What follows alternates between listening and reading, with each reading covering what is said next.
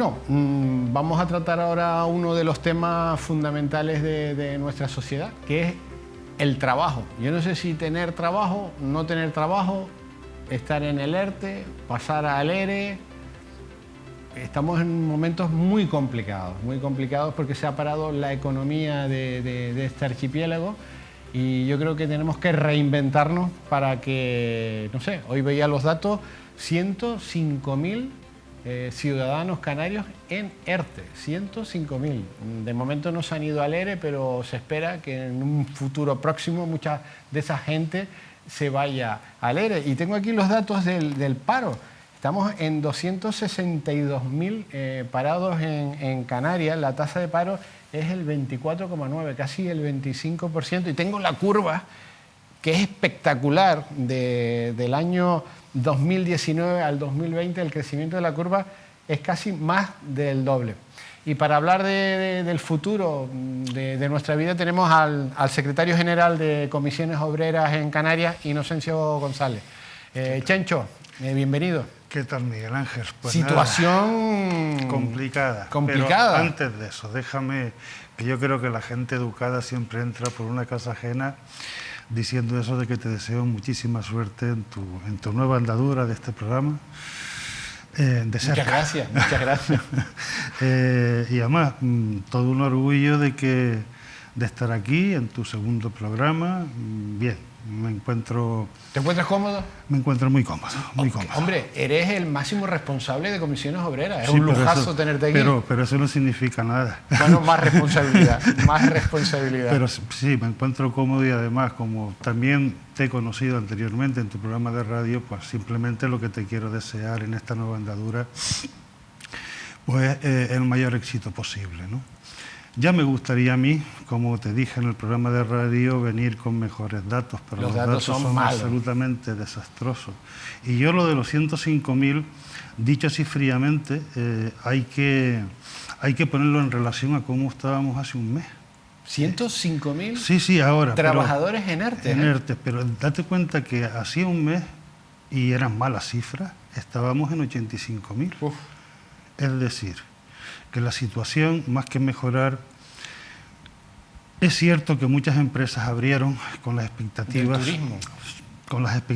de que la campaña de invierno, íbamos a tener una recuperación. No íbamos a salvar la campaña como en otros años, por supuesto, pero el decreto ley que el gobierno de Canarias aprobó con la obligatoriedad de los PCR en destino, pues habrían posibilidades. Lo que ocurre es que yo en esto de depender tanto de un sector tan volátil y en donde, por muy bien que tú lo puedas hacer aquí, teniendo los mejores profesionales, los mejores hoteles, el mejor destino, un clima absolutamente estupendo, no depende de nosotros.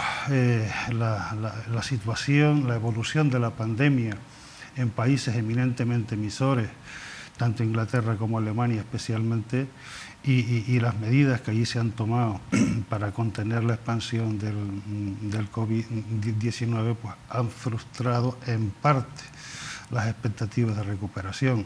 Inglaterra confina domiciliariamente y Alemania lo hace de forma perimetral.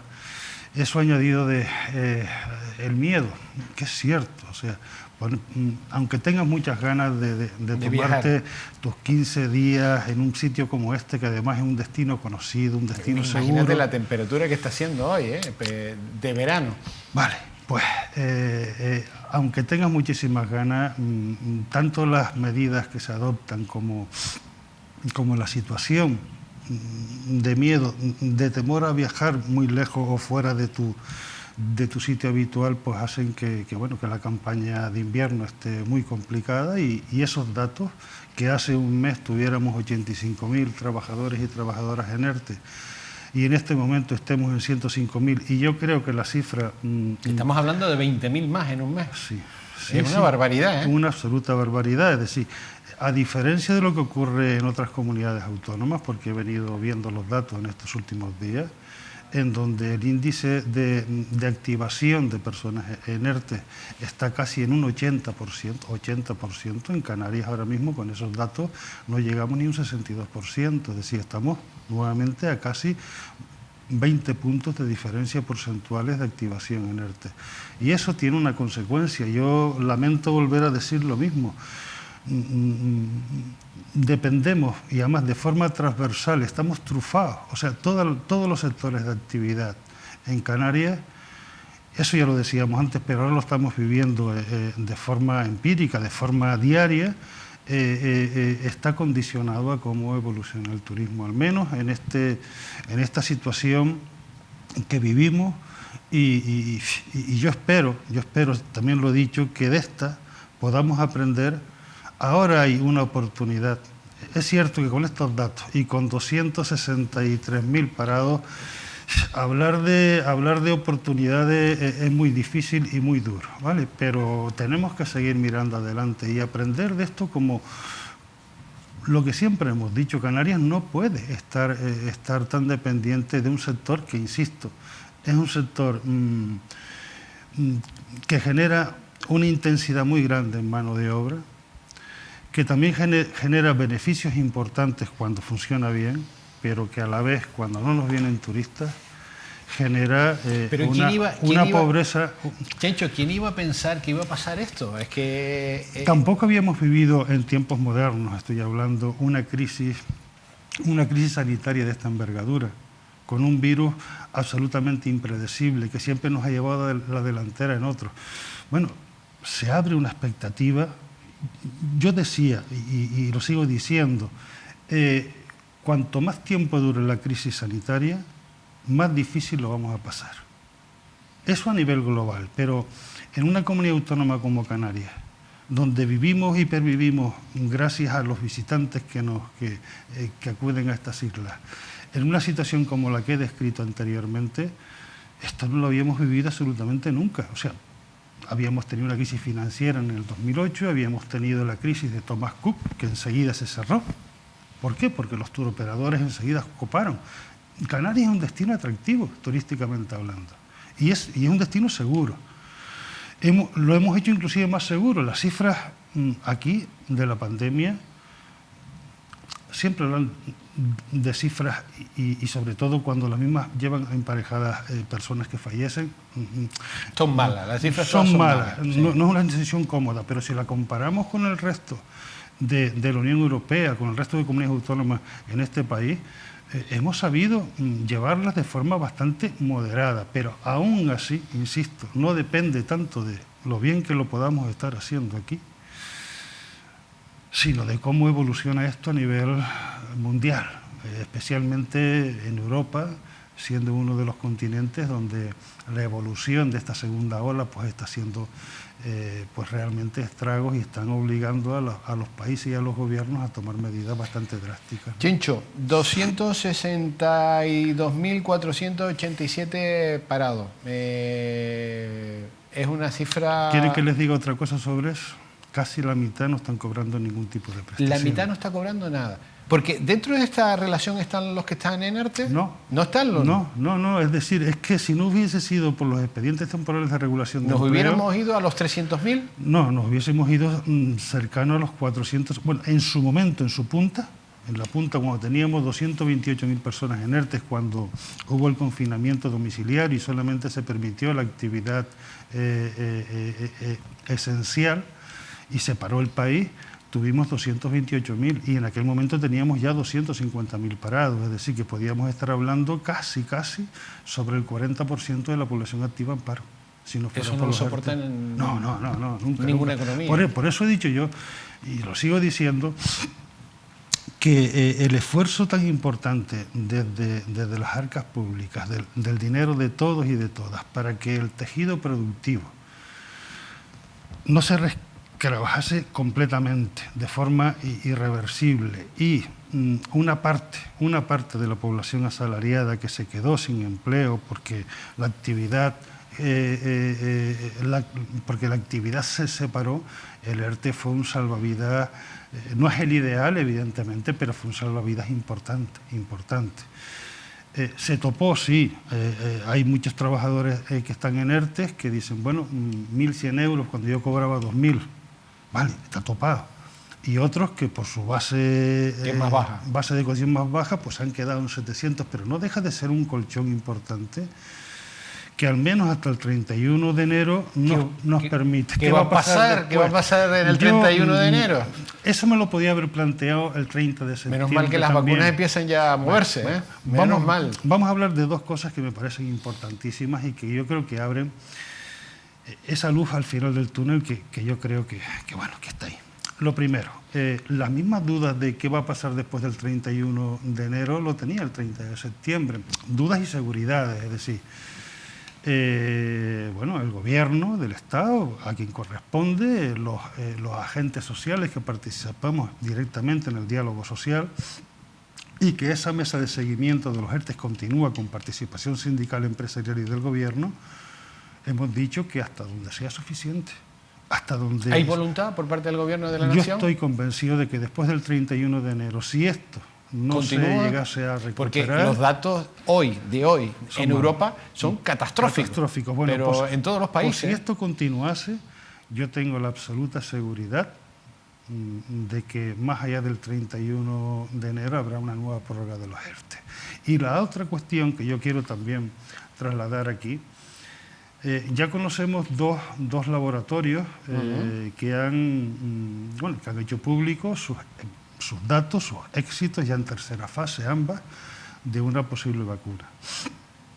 Yo creo que no serán los únicos y que habrá más. Y que de aquí a final de año, porque esto es una cuestión de compartir. Yo no creo que con la situación de pandemia mundial que tengamos, alguien se reserve los éxitos para sacar un beneficio cuando sabemos que además aquí tendría que ser una vacuna masiva, es decir, que aunque la tengamos no se va a producir en 2 o 3 meses una distribución, digamos, comunitaria global. Tardaremos más tiempo, pero evidentemente esto ya genera confianza. Una confianza y unas expectativas de recuperación de la economía, que ya no lo digo yo no soy economista, pero bueno, todos los economistas se dicen que la fase de recuperación con vacunas será vertiginosa. Mira, y eso es lo que espero. Chencho, tú que estás en el comité de sabios de Canarias, no. Bueno, sí, ahí estás en el comité, ¿qué se cuece ahí? ¿Qué se cuenta? En el comité de sabios, explícame eso. Sí, en el consejo ese asesor. En el consejo asesor yo lo llamo el comité de sabios, ¿no? Del presidente. Del presidente. Vamos a ver. ¿Qué se cuece ahí? Porque el presidente dirá, tengo la negra, porque le ha tocado todo lo negativo. Bueno, pero yo creo que, el actual gobierno de Canarias es un gobierno de coalición que además se ha demostrado muy, aunque sea un gobierno de coalición, muy coherente entre los grupos políticos. O sea, no han habido grandes, se han cambiado consejeros, pero sin grandes crisis internas, para entendernos, o diferencias por lo menos que se conozcan, ¿no? Yo creo que ha abordado dos cuestiones fundamentales. Primero, una herramienta, que es el plan de recuperación social y económica de Canarias. Ese plan, si lo sabemos aprovechar, tendrá una ficha financiera como nunca se ha tenido en Canarias, sobre todo de los fondos de los fondos europeos. De reconstrucción y resiliencia europeos, ¿no? Hay que darse cuenta que son aproximadamente desde el 20 al año 23, en los 4 años de legislatura, podemos estar hablando de que se prevé dotar a ese plan de casi 5.700 millones de euros, ¿no? Ahora vuelvo otra vez a ese. Y después, el otro elemento, bueno, dos elementos importantes más. Primero, el decreto ley que el gobierno saca con el tema de los PCR, a efectos de garantizar que los visitantes que nos pudieran venir... Pero ahora tenemos, Chencho, perdona que te interrumpa, tenemos un problema ahora importante, porque el gobierno de la nación ha sacado una norma con los PCR. Correcto. Y el gobierno de Canarias... Complementarios completamente desde mi punto de vista. Y me explico. Es otra cosa, ¿eh? Claro, pero me explico. Tendrán que ponerse de acuerdo los dos. No, una cosa es que sean aleatorios, es decir, que todo, el gobierno de la nación dice PCR. Que todos los que nos vengan a Canarias, o sea, por el vuelos regulares, por compañías o lo que sea, aleatoriamente se le pueda pedir el PCR, saben que están... Y otra cuestión Chencho, es... los que entran en Canarias entran en España, ¿eh? Los que entran en Canarias entran en España. ¿Ya?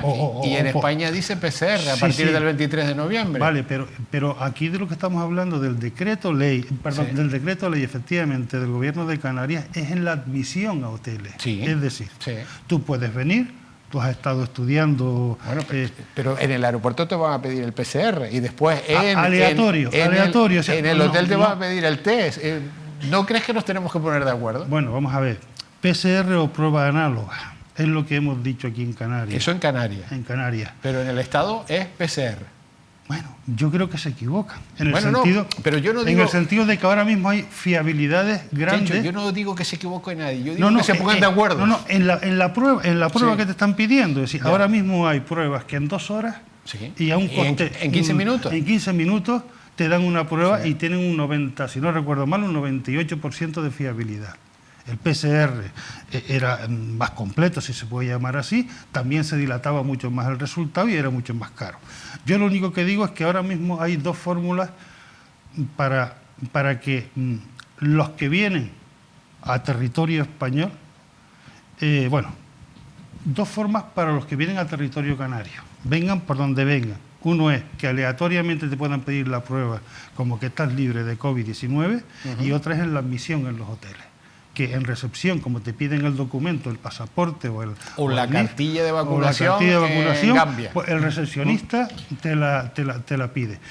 Lo que ocurre que armados en seguridad estábamos, el problema es que volvemos otra vez al dato. Pero en todo esto, Chencho, no tardamos mucho tiempo en reaccionar, en tomar medidas, con toda seguridad, con toda seguridad sí, pero ¿qué hubiésemos salvado? Vamos a ponernos en ese tema. Hubiésemos salvado unos meses de turismo, con toda seguridad, porque cómo evoluciona en otros países emisores de turistas el tema del COVID-19, por más que podamos hacer aquí, ahora va mal en todos los lados. Efectivamente, hubiésemos salvado algunos meses. Bueno, yo creo que sí, yo siempre he dicho mi frase favorita, manifiestamente mejorable las actuaciones, por supuesto que sí, y más cuando vemos que esto es verdad. Pero en ese comité de sabios, ¿qué hablan ustedes? Bueno, ya íbamos por 2 cuestiones, ¿no? Estábamos hablando del plan de reactivación social y económica en Canarias. Estábamos hablando, también se convocó ese comité ampliado asesor para el tema de Canarias, ruta segura en materia turística, con la idea de salvar la campaña. Y ahora tenemos los presupuestos 2021. Yo creo que es un presupuesto arriesgado, hecho a pelo, básico, con lo cual se podrá incrementar cuando los fondos europeos se desbloqueen. Es un presupuesto anticíclico y también un presupuesto expansivo. En estos momentos, yo creo que más que nunca, los fondos públicos, el compromiso público a través del dinero de todos y de todas en la reactivación de un territorio tan sensible y que tanto está en estos momentos sufriendo social y económicamente la crisis sanitaria, es más necesario que nunca. Estos presupuestos, si bien en el global de los mismos es un 0,3% inferior al del 2019, en el gasto no financiero, si quitamos esa parte, crece un 5%. En un momento en donde el PIB se prevé que en Canarias a final de año se reduzca en un 20%, en donde la recaudación fiscal esté en ese entorno aproximadamente... De una reducción de un 20%. Tener un presupuesto en este momento, básico, que prácticamente es igual al del 2019, yo creo que es una apuesta importante por este gobierno para mantener varias cuestiones fundamentales, servicios públicos, esa red de protección.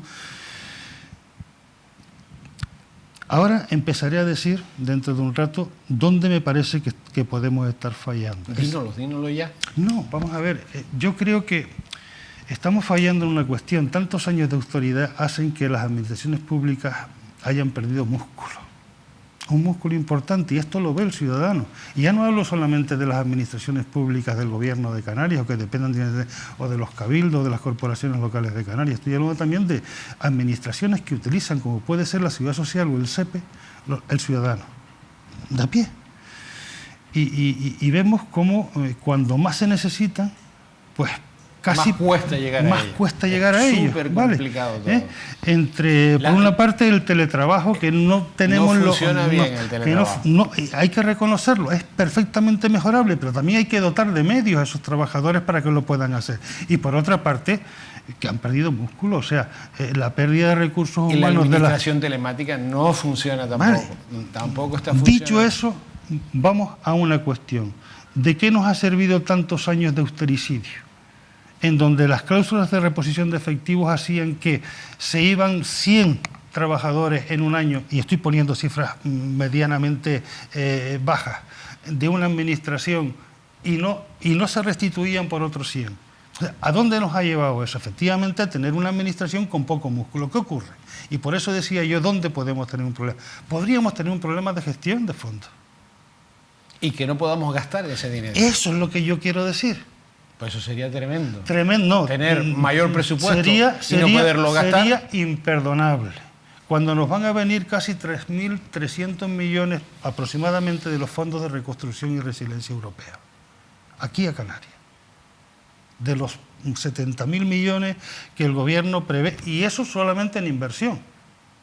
Porque si estamos hablando también del derecho que podemos tener para poder ir a crédito, pues estaríamos hablando de mucho más. Pero bueno, vamos a tener dinero. Pero hay que gastarlo. Hay que gastarlo y gastarlo bien. Y gastarlo bien. Y ahí es donde yo puedo tener mis mayores reservas. Pero yo no lo digo en plan destructivo, lo digo en plan constructivo. Tenemos que gastarlo. Hay que apuntalar más esos departamentos. Hay que apuntalarlos. Con toda seguridad hay que apuntalarlos. Y es verdad que los procesos de acceso a la administración, no es un proceso fácil. Mira, hoy quería hacer un alta de tercero y es la cosa más complicada del mundo. Fíjate, una cosa tan simple, ¿eh? Pues sí. Complicadísima en estos momentos con la administración digital. Pues eso es lo que tenemos que mejorar. O sea, no podemos... Ya hay bastante desafección entre la población, sus representantes políticos. No podemos seguir incrementando esa desafección. O sea, la gente tiene que sentirse en momentos como... Ya tiene bastantes inseguridades con el trabajo, como está, con la economía familiar, con el colegio de sus hijos, con un montón de cosas, ¿vale? Como para que también aumentemos la desafección, porque cualquier trámite es que ya no dormimos esa semana porque no sabemos si podemos llegar a tiempo, si podemos tener esa atención necesaria y obligatoria que tienen que dar las administraciones públicas al conjunto de la ciudadanía. Ese es un tema importante que yo creo que no deberíamos de pasar página de él fácil, porque, insisto, la desafección tiene que tener unos límites y se tiene que trabajar. Y para trabajarse contra la desafección hace falta tener un servicio público en condiciones. Chencho, para terminar, de esos 105.000 ERTES que hay ahora... Bueno, ERTES no, 105.000 trabajadores. 105.000 trabajadores en ERTE. En ERTE, eso. ¿Cuántos, desgraciadamente, van a pasar a una situación más complicada? Ahí tenemos otro problema importante. Tenemos una reforma laboral 2012, sobre todo, en donde las facilidades y la falta de control administrativo para el despido es una cosa fraudulenta, que es una de las cuestiones que estamos poniendo sobre la mesa en el ámbito correspondiente, que es el diálogo social confederal, porque pedimos... Yo no hablo de una derogación completa del actual Estatuto de los Trabajadores, pero sí hay 3 o 4 aspectos, entre ellos esos derivados del despido, en donde hay que tener mayor control. Vamos a ver, se está hablando de bonificaciones a las empresas, al tejido, o sea, mantener, y estamos de acuerdo en que hay que mantener el tejido, pero eso vinculado al mantenimiento del empleo. Lo que no podemos es darle dinero a las empresas, que ahí es muy desigual, es decir, no todas las empresas están en la misma situación, ¿vale? Ni inclusive aquellas que están en un sector que está fastidiado, como podrían ser todo el entorno del turismo. Hay desigualdades, empresas que tienen donde aguantar y empresas donde no pueden aguantar. Entonces yo estoy de acuerdo en que efectivamente haya un paquete de ayudas directas a las empresas, pero también vinculadas al mantenimiento y mejora del empleo. Es decir, yo no voy a proceder a acordar, por poner un ejemplo, dar 500.000 euros a una empresa que está pasando dificultades para que al mes cierre y con esos 500.000 pague los despidos, porque en este país los despidos son baratos y se puede hacer eso. Eso no.